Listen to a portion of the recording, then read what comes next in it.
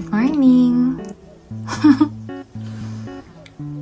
Ang aking hairstylist for today. Hi, babe.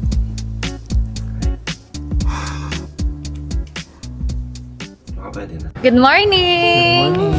This is our second day dito sa Japan. Actually, parang day 1 kasi ito yung pinaka full day namin. So, papunta kami sa meeting place sa Mitsukoshi Fukuoka store. Doon namin kasi imi-meet yung magtutour sa amin. Meron kaming kinuhang tour sa Klook. Yung Beppu Yufuin package tour nila. Bale, doon yung meet up namin. Tapos ipapasyal kami dun sa ilang lugar yun? 3 yata eh. Nabook namin yun sa Klook. Siyempre, ginamit namin yung code ko, Aling Midang. Gamitin nyo rin yun para makakuha kayo ng extra discount sa activity, saka sa pagbubook ng hotels. Tapos, ang peaceful dito sa Fukuoka. Grabe. Parang pag ganitong oras, ang dami ng tao sa paligid. Pero ngayon, parang wala. I mean, ganitong oras, di ba, sa experience namin sa Osaka, saka sa Tokyo, ang daming tao sa paligid. Actually, siya lang yung malakas yung boses ngayon. Actually, ingay ko nga dito, nakakahiya. Pero bakit ba? Wala man tao. Ayan. Pakita ko sa inyo yung nilalakaran namin. Ayan. From our hotel, parang 10-minute walk siya papunta sa Mitsukoshi. Ayun, nandito lang kami sa park somewhere in harap ng Mitsukoshi Mall kasi dito daw kami imi-meet nung tour guide. Ayun lang, mamaya Maaga pa naman, so meron pa kaming mga around 30 minutes para mag-explore muna kami. Tignan niyo yung park. Yan, wala masyadong tao eh. Siguro dahil maaga pa. Pero hindi ano na bang oras ngayon? Parang 8 o'clock na. Baka nagsisipasukan na sa trabaho. Ayan. Ayan lang. see you later. Bye.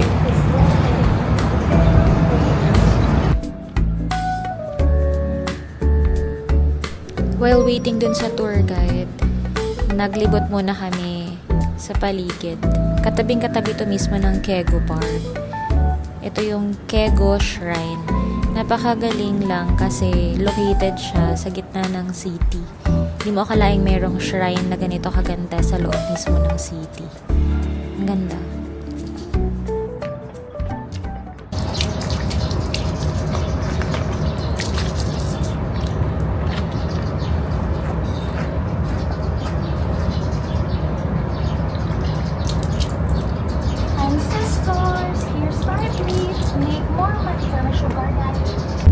So from Mitsukoshi, minute kami 8:45. So tansya ko, from Mitsukoshi mo napunta sa first destination namin is 40 minutes. Kasakay na kami sa private van. Hello! Ito na yung first stop ng tour natin, yung Ryulin Temple. As you can see, may malaking palaka. Ano daw to eh, parang frog temple. Ay, ito-tour namin.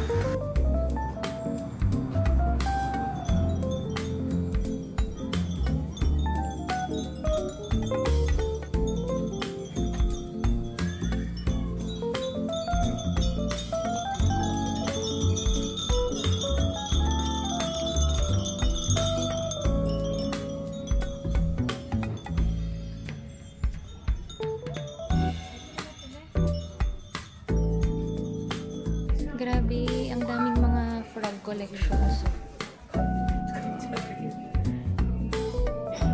So cute.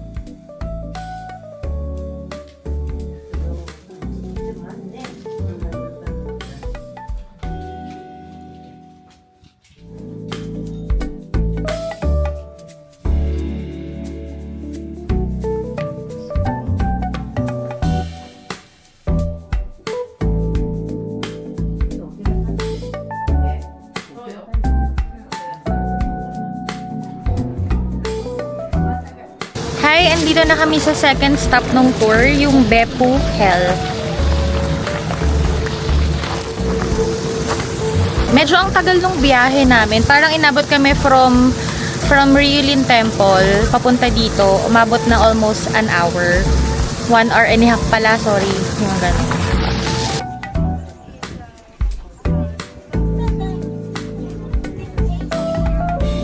So, dito bibili ng ticket. Sa booth na yan. Then, papasok kami dito.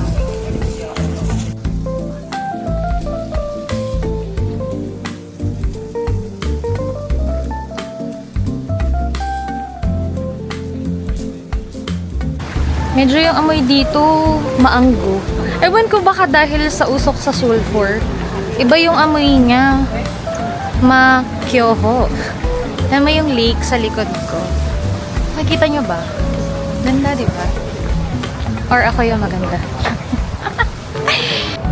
So, itong pinasukan namin na hot spring, ang pangalan niya is Umi Jigoku. It is one of the hot springs created when Mount Churumi erupted around 1,200 years ago in February 867. Ang tagal na. It got its name from the color of its water, which looks like cobalt blue, like seawater. Actually, hindi ko pa nakikita dito kasi ang nakikita ko dito yung pond na green. Ayan. Pero tingnan natin baka nasa looban yun. Ayan o. Ang baho niyan. Usok check.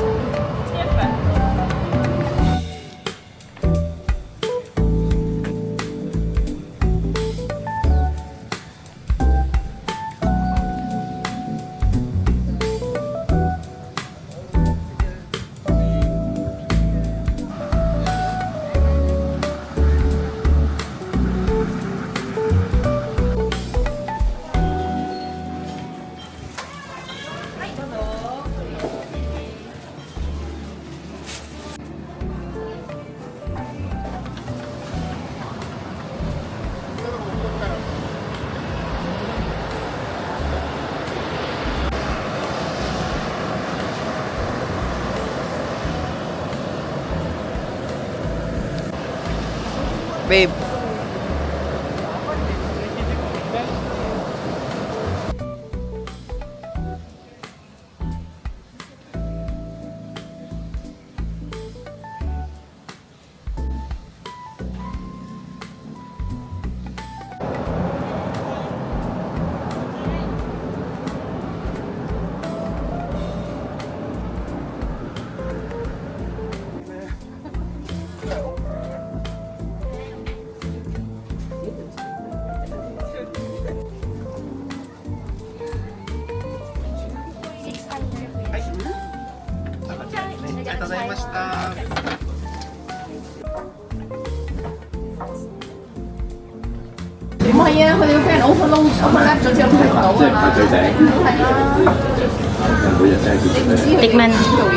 Tikman natin to. Kasi daw to madalas na napi-feature sa mga magazine, book, comic books ng mga bata dito sa Japan. Yung sweets siya parang gawa siya sa, ini-steam siya sa sulfur. Steam lang naman. Diba natin, nakita ko ito kinain ni Kogoro Mori.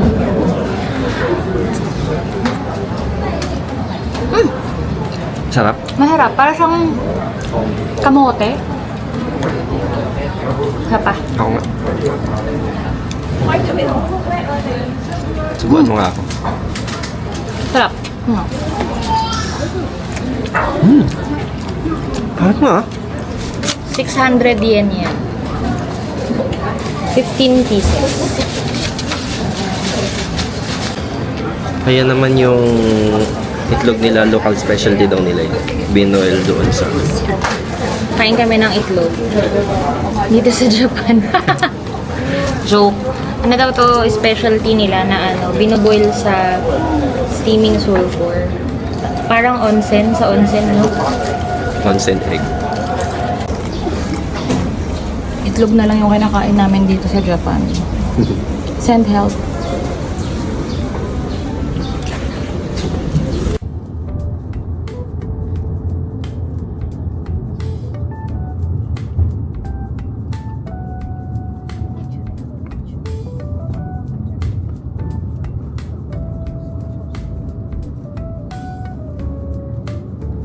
Ito yung next stop namin sa Kinrin Lake.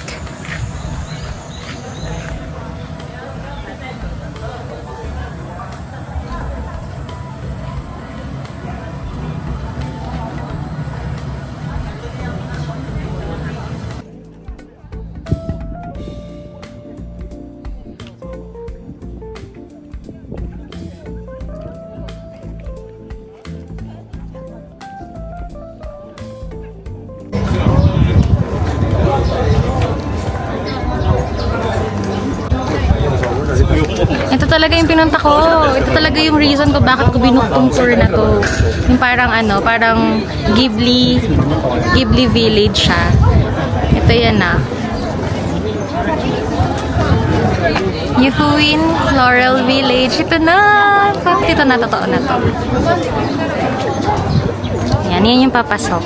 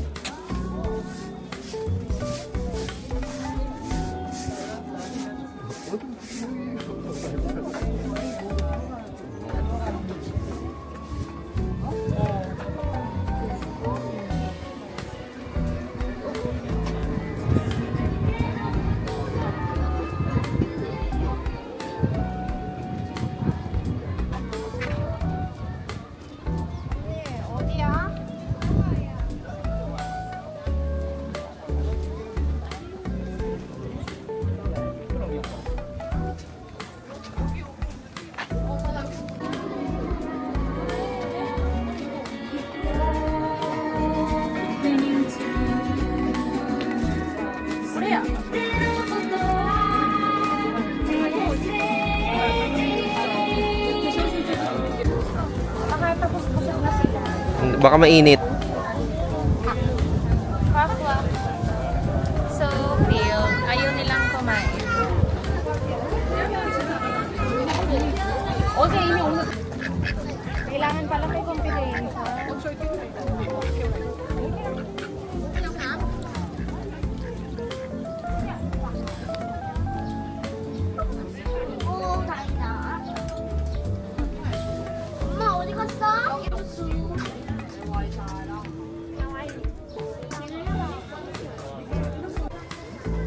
Sabihin ni Papa. Wala namang kaming sa Pilipinas. Yan naman ako. 那你在交易他这样混的农事是里边的店。 Uy, sandali yan. Uy, nagalit siya. Nagtampo siya eh. Saglit lang kasi. Ikaw na lang puhi ko.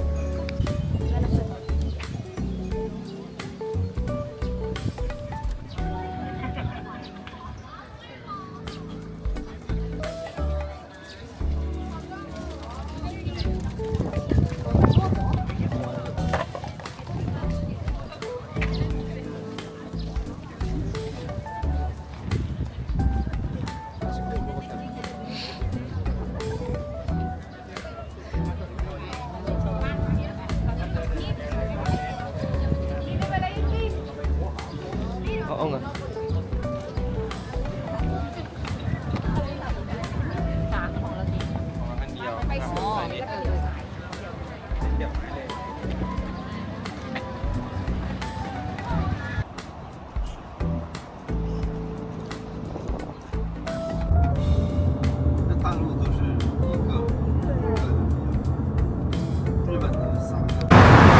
Hi! Nakabalik na kami galing sa tour namin sa Beppu at saka Euphoin. So ngayon, punta na kami sa Yatay Stall para mag-dinner at mag-inom ng kaunti. So, ang gagawin namin magbabas na lang kami. Kita-kits pa yan.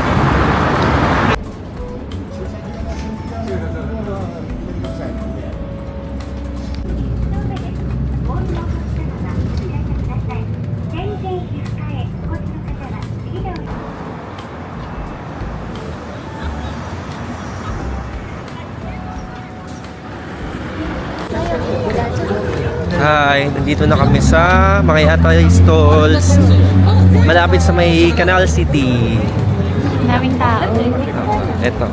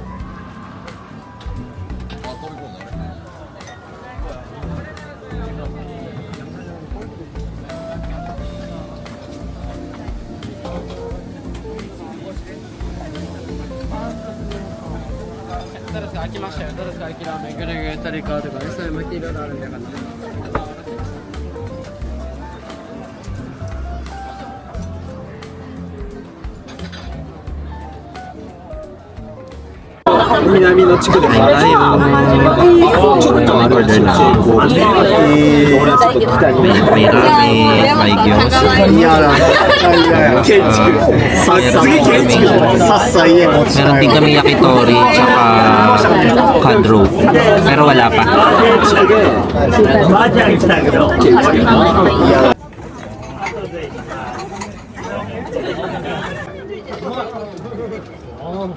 めっちゃうまい。うまい。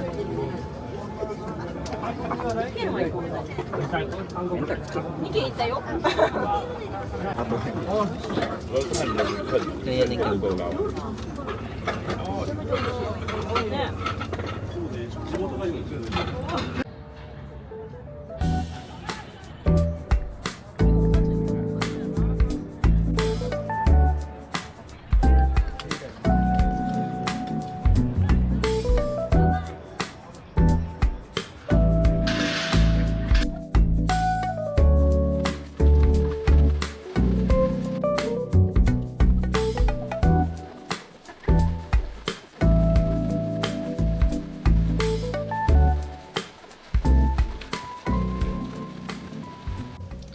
Hi, nakabalik na ulit kami sa hotel. And nakapag-ayos-ayos na din kami, ready na kaming matulog. And yan, nakapag-freshen up na, ganyan. Medyo late na kaming nakabalik kasi wala, tumambay lang din kami sa sa Canal City. Mm-mm. Doon, napo lang kami, pinanood lang namin yung mga batang nagkakantahan. Ayun. Ang dami nangyari ngayon, no? Sobrang enjoy. Ang daming nagawa, ang dami ding nangyari. Oo, sobra. Ang layo pala ng mga lugar na yun. As in, sobrang layo na tipong makakatulog ka sa biyahe. Kaya maganda rin na nabook namin yung tour na yun. Kasi siguro kung i-DIY yun, kung first time tapos i-DIY yun, ang hirap. Kasi malayo. Yun. Thankful na lang kasi may mga ganitong tours na in-offer na accessible na ma-book, ganyan. Kaya sa Klook, yun. Ayun, so bukas ang itinerary naman namin ay Dazaifu tsaka Lalaport. So DIY lang Yun, i-DIY namin kasi medyo nakapag-research naman kami kung paano pumunta doon. Saka kaya naman siya ng biyahe. Yun lang. Okay, see you tomorrow. Bye. Good night. Yung pinasukan pala namin is yung Umijikoku. It is one of the hot springs created when Mount Tsurumi erupted pala. Ulit.